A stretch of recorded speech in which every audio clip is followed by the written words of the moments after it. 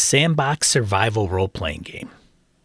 You don't play heroes sent on missions dictated by others. You played rogues and raiders in a cursed world to make your own mark. I mean, it even says it right on the box. Rogues and raiders in a cursed world. We're going to be talking about Forbidden Lands in the Year Zero engine. Next on How to RPG.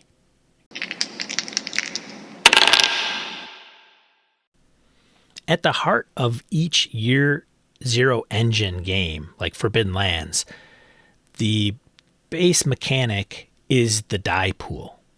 The die pool is going to be typically made up of a group of D6s. And how you get the die pool is what we're about to talk about now.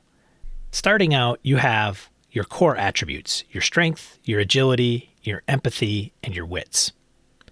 Each one of those core attributes can range anywhere from a minimum of 2 to a maximum of 6. Now, having a 6 in one of those takes quite a bit and is not typical. Mostly you will take talents in order to get it that high. A typical maximum is about 4. Each point in each attribute is 1d6. So if you have a strength score of 3, then you're going to take 3d6 and add that to your die pool. One thing to note, as you play Forbidden Lands or a Year Zero engine game, you're going to take damage, and that damage isn't just applied to a hit point counter of some kind, like in some other popular role-playing games. You could actually, depending on what you're doing, take damage to all 4 of your attributes. What happens if you take the score all the way down to 0? Then you become broken. What happens when you're broken? Well, it depends on which attribute is 0. So in strength, if you go down to a 0 strength, you don't actually die. You could, but just because it hits 0 doesn't mean that you die. There may be a critical role that's involved, and based on that result, well, you could outright die. But it's not the score of 0 that allows that to happen.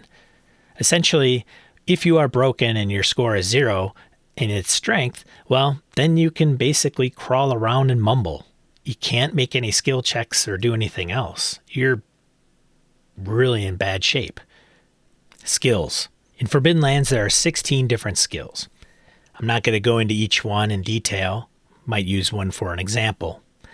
But each skill ranges from 0 to 5. And each point represents 1 die 6 that you can add to your die pool. So if I have a melee skill and I have 2 in melee, well, then I get to add 2 die 6 to my die pool. If I have a score of 0 in a particular skill, then it defaults to the core attribute. If it's melee and I have a 0 score in melee, then it falls to strength. If I have 3 die 6 in strength, then I only get to add those 3 die 6 to my die pool, and I don't get to add any skill dice to my die pool. One thing to note with skills is that you cannot damage a skill. And you probably are thinking, well, why would you be able to? Well, you can damage your attributes and you could damage your gear, but you can't damage your skill. And I'll explain that as we put the die pool together and talk about the results. The last thing that makes up the die pool is your gear. Now, every time you build a die pool, you may not have gear dice to put into it simply because you don't have the gear that corresponds with the situation that you're in. And that's okay. Gear dice just adds another bonus dice to your die pool. So now you should have your die pool made up of attribute dice, skill dice, and any gear dice that may apply. We know the parts that go into a die pool. Let's go ahead and create one. In this example, we're going to use Elise. She's a female human hunter played by my buddy Harrigan in one of my Forbidden Lands games. At the end of the day, the party decides that they want to make camp. Elise is going to go fishing. She has her fishing hook and line, and so she's going to see if she can get some fish. Yes, that's part of the game. Forbidden Lands is survival, and so there are elements of hunting, foraging, and fishing in order to get food. And if they get food, well, great, it keeps them alive. But if they run out of food, well, player character is going to have a real bad time. So in this case, she's going to need to make a check. Fishing isn't a skill, it's part of survival. So she's going to run a survival check. She has 2 in survival, which means she'll be able to apply 2 skill dice, or 2d6, to the die pool. Survival depends on wits, and so her attribute wits has a score of 3. She can apply 3d6 for her attribute. And then lastly, for her fishing hook and line gear, gives her a +1. Not +1 numerically, but +1 die. So a d6 for gear. That makes up the die pool. All right, let's roll to see what happens with Elise's fishing excursion. We roll the die pool. Any 6s that come up are success on any of the dice. If you'll notice on the dice, all of them, the different kinds, you'll see that all have cross swords on the 6 face, which means it's a success. If we turn that around and show the 1s, you'll notice that the attribute dice, the white one, as well as the black gear die, show a skull on them. That's a bane. That's bad. That can inflict damage depending on where the 1 shows up. So if it's a 1 on the attribute die, you're going to take damage to your attribute. If it's a 1 on your gear die, then your gear is going to take damage. It only takes damage if you push a roll. And I'll explain. We make the first roll. Any 6s that appear, it's a success. With some games and die pools, the amount of 6s increase the degree of success. In Forbidden Lands, it depends on the situation. Typically, it's you succeeded or you did not, and then you have to roll on the mishap table. In fishing, the amount of successes that you have actually helps determine the amount of fish that you actually catch. So not only did you succeed, but you had 2 or 3, therefore you've succeeded and had caught more fish. In your first roll I mentioned, if you roll any 1s, they don't come into play. But if you decide to push your roll, for example, on the first time you didn't have any 6s show up, well, you can opt to push your roll.